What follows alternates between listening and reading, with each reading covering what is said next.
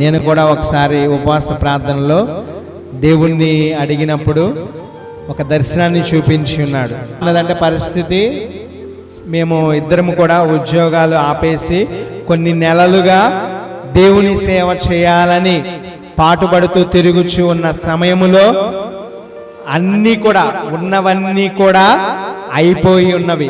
ధనము అంతా కూడా, ఈ లోక ధనము అంతా కూడా రూపాయితో సహా అయిపోచున్న సమయములో ఉపవాసం ఉండి ప్రార్థన చేస్తున్నప్పుడు, క్రీస్తుని పట్టుకుంటున్నప్పుడు మాకు దేవుడు ప్రతిరోజు కూడా 40 రోజులు ఉపవాసం చేస్తే 40 రోజులు కూడా ఆయన ఒక్కొక్క రోజు ఒక్కొక్క దర్శనాన్ని చూపిస్తూ ఆయన మాట్లాడేవాడండి. హల్లెలూయా.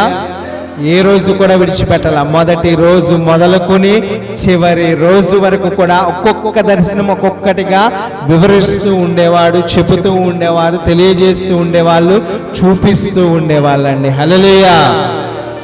ఆయన ఒకరోజు ఏం చేసి ఉన్నాడంటే, దేవుణ్ణి అడుగుతూ ఉన్నా, యేసయ్యా నేను కూడా పరలోక రాజ్యము చూడాలని ఆశ కలిగి ఉన్నాను, అది ఎలాగున యేసయ్యా అంటే, యేసయ్య అన్నాడు, సరే బిడ్డ రా బిడ్డ అన్నాడు. నేను ఆయన ఎదురుగా మోకరించి ఇలా ఆయన వినయుడిగా అంటే భక్తితో ఆయన దగ్గర తల ఎత్తలేని స్థితిలో మోకరించి ప్రార్థన చేస్తున్నట్లుగా ఉన్నాను.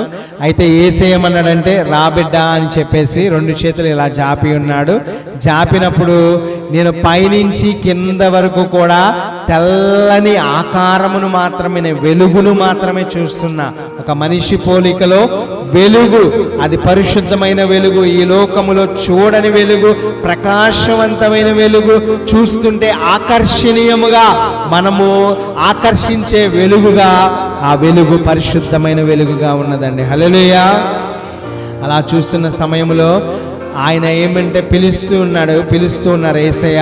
పిలుస్తున్నప్పుడు అలాగ లెగిచి నడుచుకుని వెళ్తున్నప్పుడు ఆయన లోకి నేను వెళ్ళిపోయాను.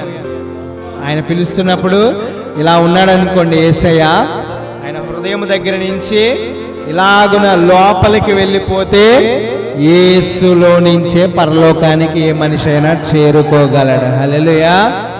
ఆ యేసే ఆయన లోనికి వెళ్ళిన తర్వాత పరలోకమే. హల్లెలూయా. పరలోక రాజ్యంలోనికి వెళ్ళాను. 2 దేవదూతలు వచ్చి ఉన్నారు పక్కన.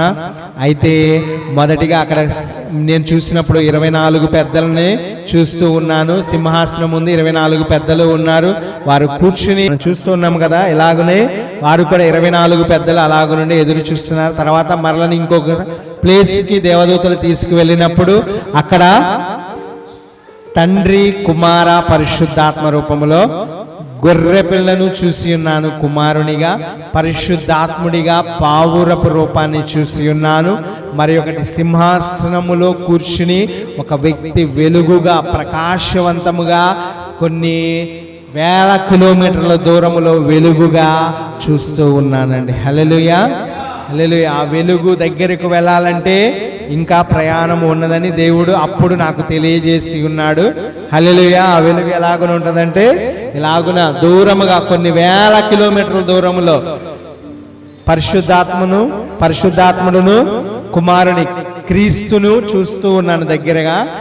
తండ్రిని మటికి దూరంగా చూస్తున్న సమయములో ఇంకొక ప్లేస్కు తీసుకువెళుతూ ఉన్నారు. తీసుకువెళ్ళినప్పుడు నా కొరకు దార్చబడిన గొప్ప ధననిధిని దేవుడు చూపించి ఉన్నాడు. హల్లెలూయా.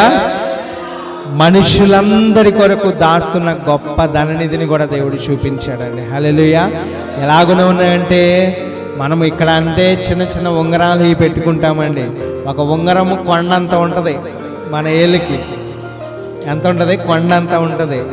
బంగారము, వజ్ర వైడూర్యాలు, ఇంకా విలువైనవి అనేకము కూడా, కొన్ని బీరువాలు అంటే షెల్ఫుల్లాగా ఉన్నవి, ఒక్కొక్కరి పేర్లు రాసి అక్కడ అమర్చబడి వారి కొరకు సమకూర్చబడుతూ ఉన్నవి ఆ ధనమంతా కూడా. హల్లెలూయా. నాకైతే ఒక పచ్చటి గ్రీన్ కలర్ ఉంగరాన్ని ఇచ్చి ఉన్నారు. హల్లెలూయా. పచ్చటి గ్రీన్ కలర్లో ఒక ఉంగరాన్ని దేవుడు నా కొరకు సిద్ధపరిచి ఉంచారు.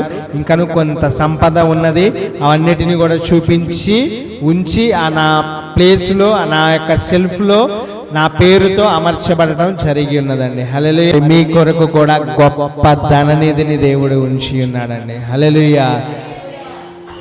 సంఘము యొక్క గొప్ప ధననిధిని కూడా నేను చూసి ఉన్నాను.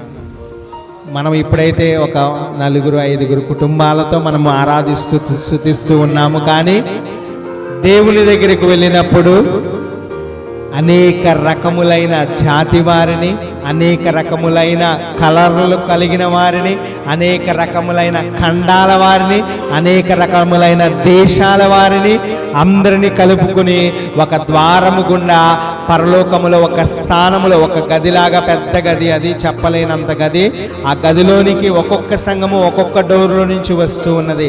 మన సంఘం అయితే విస్తారముగా ఉండి ఉన్నదండి. హల్లెలూయా.